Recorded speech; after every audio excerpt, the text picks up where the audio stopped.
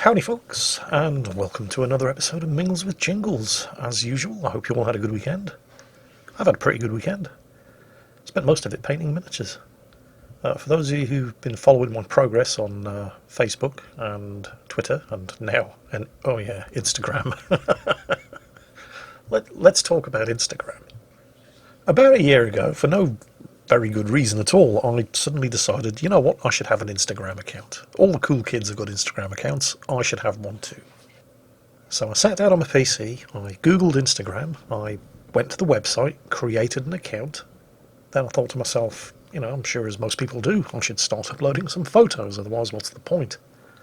Found a bunch of images on my hard drive that I thought people might be interested in. And then spent about 20 minutes trying to figure out how to actually upload the photos from my PC to my brand new Instagram account. And of course you can't, can you? You can only upload photos from a mobile device. Why? Oh God. Well, that nearly put me off there and then, because I almost never use my phone for anything. But I thought, okay, fine, whatever. I'll install the Instagram app on my phone, and then if I have a particularly nice coffee one morning, I'll upload a picture of that. That's what people seem to use Instagram for. Well, the very next day, I got an email from Instagram saying that they detected suspicious activity on my account. Ah, right. So, literally within a day of creating an Instagram account, it had already been hacked. So, that was the final nail in the coffin for me. And I just completely forgot about Instagram. Until this weekend, when I realised that a lot of people who are into scale modelling put pictures up on Instagram. And hey, I've been getting into scale modelling. And I've got some pictures, so I'll finally get some use out of my Instagram account. So I flashed up the Instagram app on my phone for like the first time ever, tried to log in, and apparently my account's been suspended for violations of community guidelines. Oh, right. So that'll be what they were emailing me about a year ago. Fantastic. So I had to create a new account. It goes by the name of The Mighty Jingles, because every single possible variation of the Mighty Jingles had been taken, and immediately set about taking pictures of the various different stages of completion of the models that I've been working over the course of the last couple of weeks, and uploaded them along with a couple of pictures of Akazuki. And then curiosity got the better of me. So I googled The Mighty Jingles Instagram just to see what exactly was being done on Instagram in my name. Apparently there's a The Mighty Jingles hashtag. I realise I should have probably known this, but I don't know. I've never touched Instagram in my life. It turns out there are an awful lot of pictures of tanks and ships with hashtag The Mighty Jingles attached to them. There are also a shit ton of selfies from people at various different places, mostly the Tank Museum, taking pictures with me, with hashtag The Mighty Jingles on it. And that was a pleasant blast down memory lane. But one of the most bizarre things, I don't know if you can remember back, I mean it was over a year ago now, because it was her first birthday on the 20th of January, but when Akazuki was a very, very small kitten, before we'd actually taken ownership of her, when she was less than 12 weeks old, I went to visit her at the breeders, and I took a bunch of pictures of her. And somebody's taken all of those pictures and uploaded them to their own Instagram feed, which basically consists of nothing but pictures of cats. And there's nothing wrong with that. Everybody has to have a hobby. But I was very, very surprised to find pictures of my bloody cat on somebody else's Instagram feed. Not that I have a problem with it. They're great pictures, but it was just a little weird.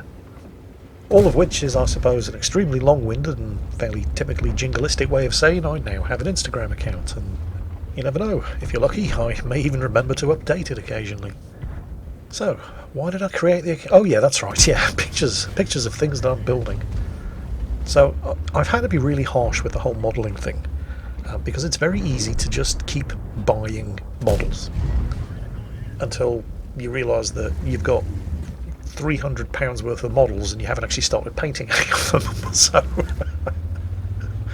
alright, I've had to physically restrain myself from buying any more models until I've painted up the ones that I've got. So I had to start doing some Warhammer 40,000 stuff. And then I thought, because I've got no plans to actually start playing Warhammer, not least of which because it's a massive rip-off Seriously, if you think Electronic Arts overcharges for its games, they are novices compared to Games Workshop. I mean, before you even get started, you've got to buy the basic rules, so that's £30–35. Then you need the Codex book for whichever army it is you plan on using, and they're £20 each. And then every year they release a thing called, I think it's Chapter Approved, which is basically a patch. It's how they patch the game. Every year there's a new rulebook comes out, called Chapter Approved, and it's got changes and additions to the rules and rebalancing the points of units and so on and blah blah whatever. Anyway, and that's like 20 quid a shot as well. And then of course every couple of years they release a new edition of the basic rules, so you have to buy everything all over again. Why don't they just publish this shit online? You can get the rule books for Dungeons and Dragons online. You've probably heard of Dungeons and Dragons, they're a fairly big name. They seem to get by making the rules free. But no, not Games Workshop. Actually, I was watching a video on YouTube this weekend of somebody who was getting into Warhammer 40,000 for the first time. And he was having a good old rant about the Chapter Approved Rules Edition. Because he was in America, and I think it was $30 for this copy of Chapter Approved, and he only needed 9 pages. Everything else, completely irrelevant. Yeah, God bless you, Games Workshop. Don't ever change. But yeah, I mean, I'm not concerned about... Oh, and then of course, once you've spent all of that money, then you have to buy, collect, and paint your army as well. So kiss goodbye to hundreds and hundreds, if not thousands, of whatever your currency happens to be as well. But I'm not going to bother playing the game. I just want to collect, paint, and display the miniatures. So I spent a couple of weeks just getting my hand back in, painted a Space Marine and a couple of Imperial Guardsmen using different techniques, just to make sure that I could still remember what I was doing, because it's been over 30 years since I last painted a model. And then I thought, okay, let's try something new. So about a year ago, possibly longer, Rita put together a scale model of an M3 Lee tank. It turns out she's actually pretty good at building the models. She just can't paint for toffee. and it's the painting part that I enjoy. I don't really enjoy putting the models together that much. I mean, if you've ever had to build the tracks of a tank, link by link and pin by pin and grouser by grouser, right? Nope, sorry, life is too short. But she loves that sort of shit, which is good, because it means she can build the models and I can paint them. So she built this M3 Lee. We have no idea. We don't have the box anymore. Don't know what brand it is. Don't know whether it's Dragon, Tamiya, Mini Art, whatever. Haven't got a clue. I'm not even entirely sure what scale it is. I think it's 1/32 or 1/35, whatever. Anyway, she built this bare plastic M3 Lee. So I'll practice some weathering techniques. So I painted it up. I didn't go completely overboard with the weathering, and it's a, if I say so myself, a pretty good job. But I thought to myself, there's more I can do here, because I've also been watching a lot of YouTube videos about building model scenery and terrain. So what I want to do with this M3 Lee is make a diorama out of it, so it's not just a tank on a shelf. So to that end, I started having a look around for American tank crew models from World War II. And I got a kit of 5 World War II American tank crew loading ammunition. And this weekend I finally finished painting them. And holy shit, these guys were a ball ache to put together. I mean, we're talking 5 crew, 84 parts. How can you possibly have that many parts to make 5 people? I mean, if you look at Games Workshop's miniatures, say a Space Marine, for example, it comes in how many parts? Let's see. Legs, torso, backpack, both arms, head, weapon. And in fact, not even weapon, because in many cases the weapon is attached to one of the arms. So 6 pieces gets you a Space Marine. Easy to stick together, and then you start painting. Not the case with these US Army tank crew miniatures. Each of these guys, just the head, comes in 5 separate parts. That's 1 part less than an entire Space Marine. How popular do you think Warhammer 40,000 would be if just the head of each of the figures had to be assembled from 5 separate parts? And that's before you got onto the rest of the... No. What sadist designed this kit? But anyway, they're done, they're painted, and I can move on to the next step, which will be the diorama base.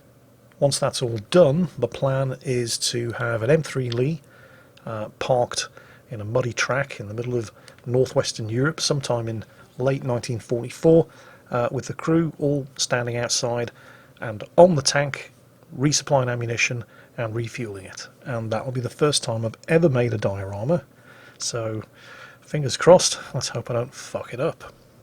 Well, anyway, moving along swiftly. Emergency Octopus asked the following extremely long question. Hello Jingles, I know you're not a professional historian, but you know a damn sight more than I do, and I respect your opinion quite a lot. So I'm interested in what you have to say about something.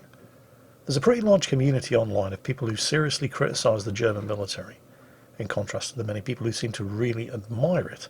Wehrabus. There's certainly no shortage of these Wehrabus in any of the games you regularly cover, although they're endemic in War Thunder. In particular, there are very, very large criticisms aimed at their machines, tanks like the Panther, renowned for its unreliability, heaviness, terrible quality of steel, and poor infantry support capabilities, not to mention the Tiger, which paired the above with bad visibility and worse crew comfort. More criticisms are levelled at ships like the Bismarck class, although I tend to disagree with them, that it was a terrible ship, more that the entire idea of making a new massive surface fleet was a terrible idea, and obviously no battleship was ever made to take on a small fleet single-handed. In your video from the Bovington Tank Museum, which I quite enjoyed, you seem to really love the Panther tank. In light of the above, and considering much of it can be backed up with hard statistics, would you agree or disagree with the contention that the German military machine is heavily idolised, poor in practice, and many of the big tanks, ships, planes and other assorted Wunderwaffe were really quite unreliable or ill-conceived? Right. Excellent question. Short answer? Yes. And kind of no. The long answer, first let's talk about the Bismarck.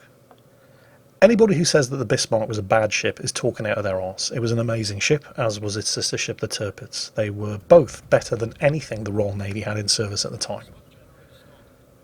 The problem was that Germany didn't need battleships.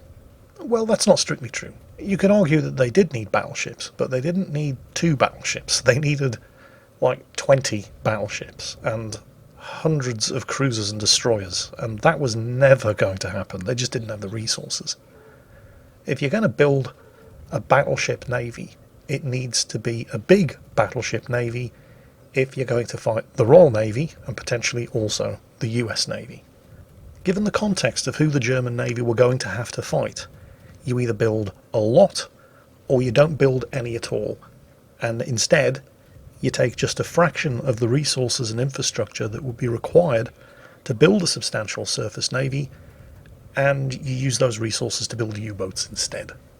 If Germany had done that, if they'd had a couple of hundred U-boats at sea in the first 2 years of World War II, Britain would have been forced to surrender, and Germany would probably therefore have won the war.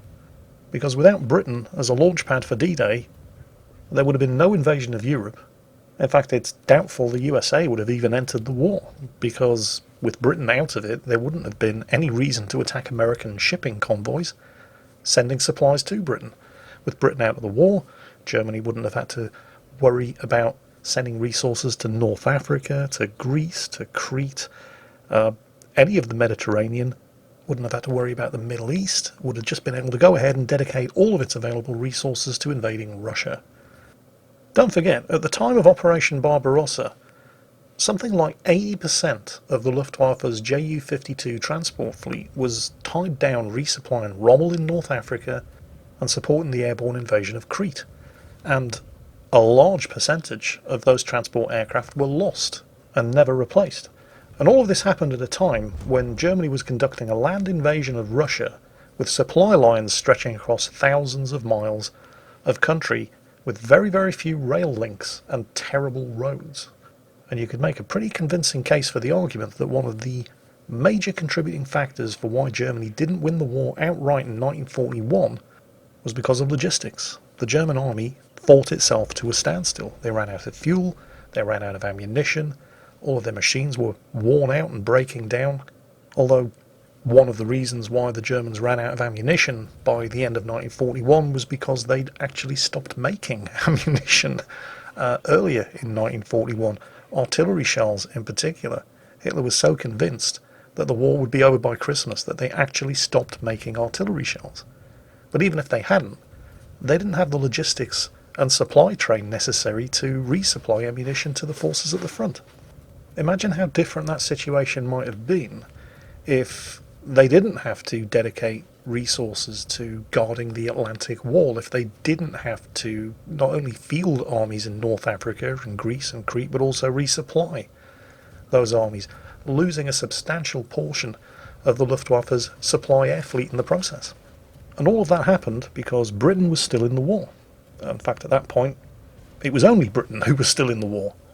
And Britain was still in the war because Hitler was obsessed with building big, expensive, and mostly useless vanity projects like the Bismarck and the Tirpitz. Yes, Akazuki, I know. He was a fucking moron. No, I don't think that's too harsh a claim. When instead, all he had to do was build a couple of hundred U-boats. Yes, Akazuki, he could have won the war if he just built more U-boats. But while U-boats were effective, they definitely weren't sexy. They weren't prestigious, and if you wanted to be taken seriously as a navy, you had to have battleships. So he built battleships, just not enough of them. The ironic thing is, Radar's obsession, and therefore, since he was head of the navy, Hitler's obsession with surface ships, could have still won them the war if they just built the right kind of surface ships. And I'm not talking about battleships here, I'm talking about destroyers. Because if you're planning on winning the war by the end of 1941, you have to take Britain out of the equation. Otherwise you're fighting a war on, well, how many fronts? North Africa, Russia, Greece, the Balkans, Mesopotamia. Yeah, far too many. And potentially also France and Western Europe. And they could have taken Britain out of the fight, even without the use of U-boats, by invading. But to invade, you need escorts, and that means destroyers. The problem for Germany was that they lost almost all of their destroyers during the Norwegian campaign, which was a successful campaign for Germany, and a strategic defeat for Britain, and obviously also Norway. But the overall German victory in Norway came at a crushing cost to the German Navy, because they lost almost all of their destroyers, and they never really replaced them.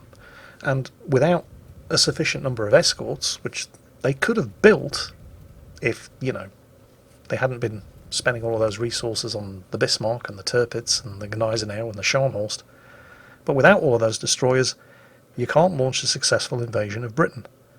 So Hitler looked at the plans for Operation Sea Lion, and to his credit realised that Rader was talking out of his arse when he promised he could pull it off, shit-canned the whole idea, and just kind of dismissed Britain, saying, the U-boats will bring them to their knees, and then didn't build more U-boats.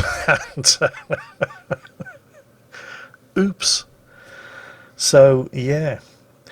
Moving on to tanks like the Tiger and the Panther.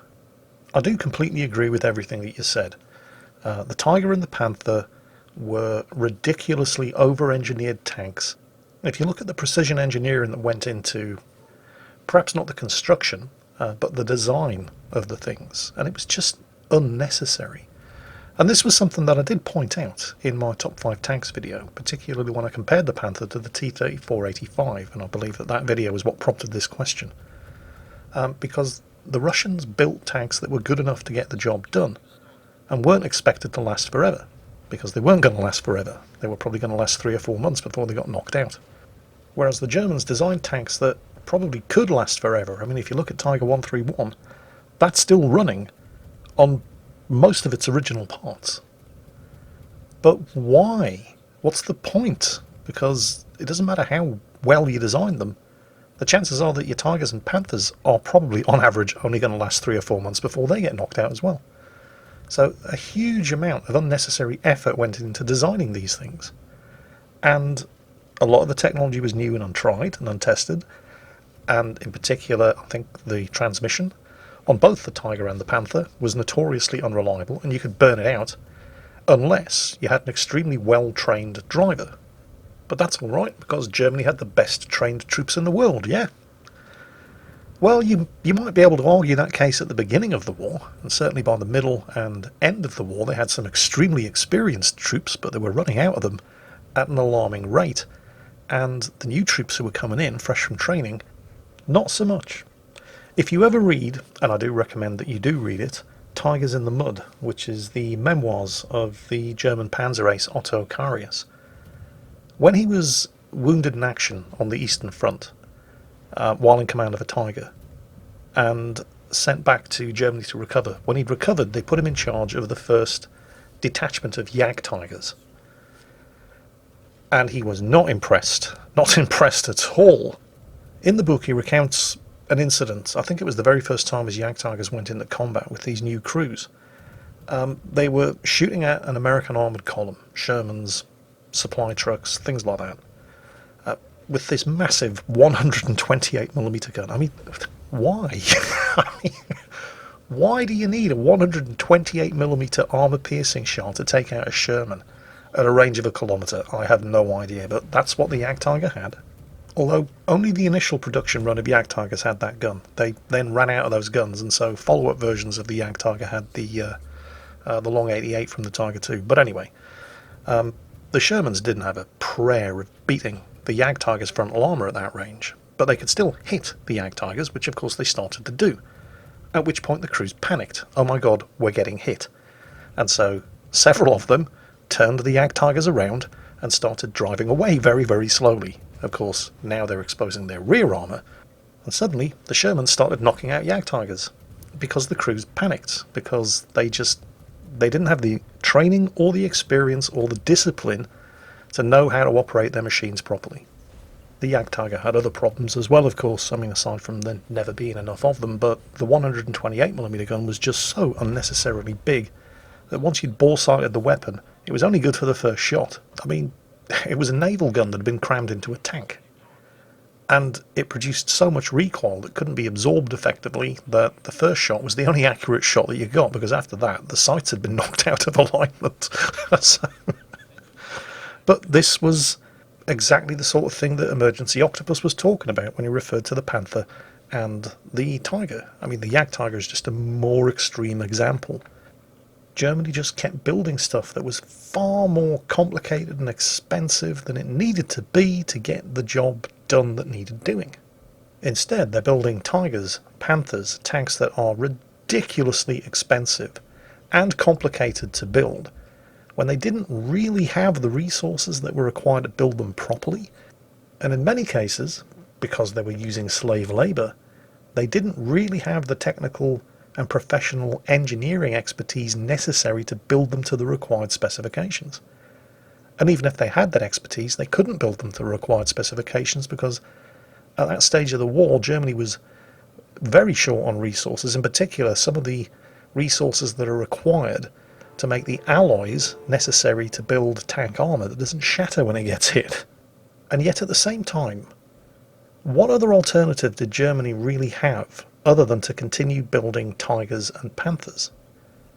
Because you'll often hear the argument, if they hadn't concentrated on building tanks like this, and instead had just churned out tens of thousands of Panzer IVs, things might have worked out differently.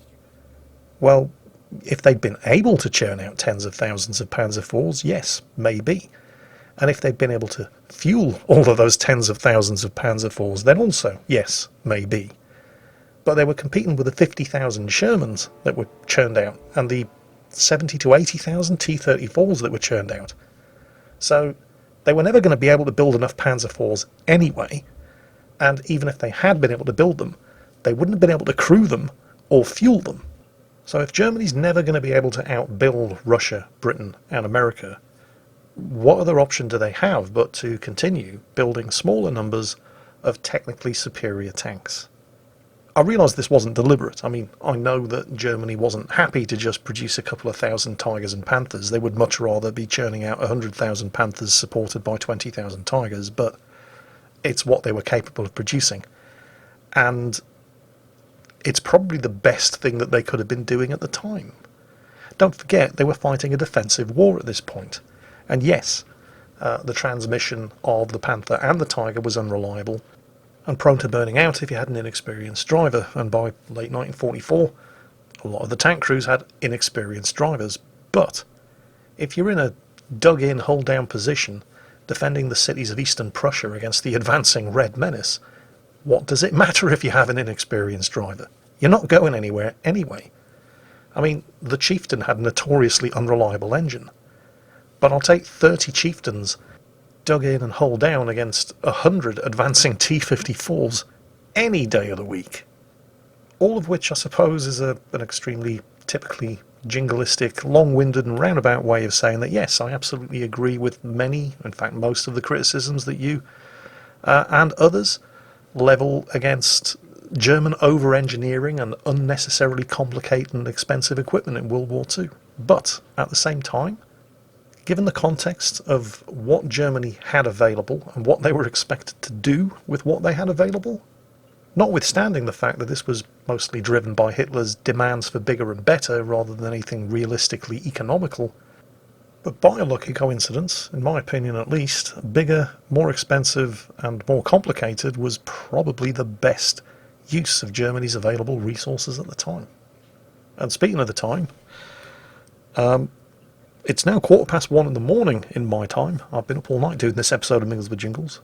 But thank you to Emergency Octopus for that question. It is actually a subject that I've been wanting to talk about for quite some time.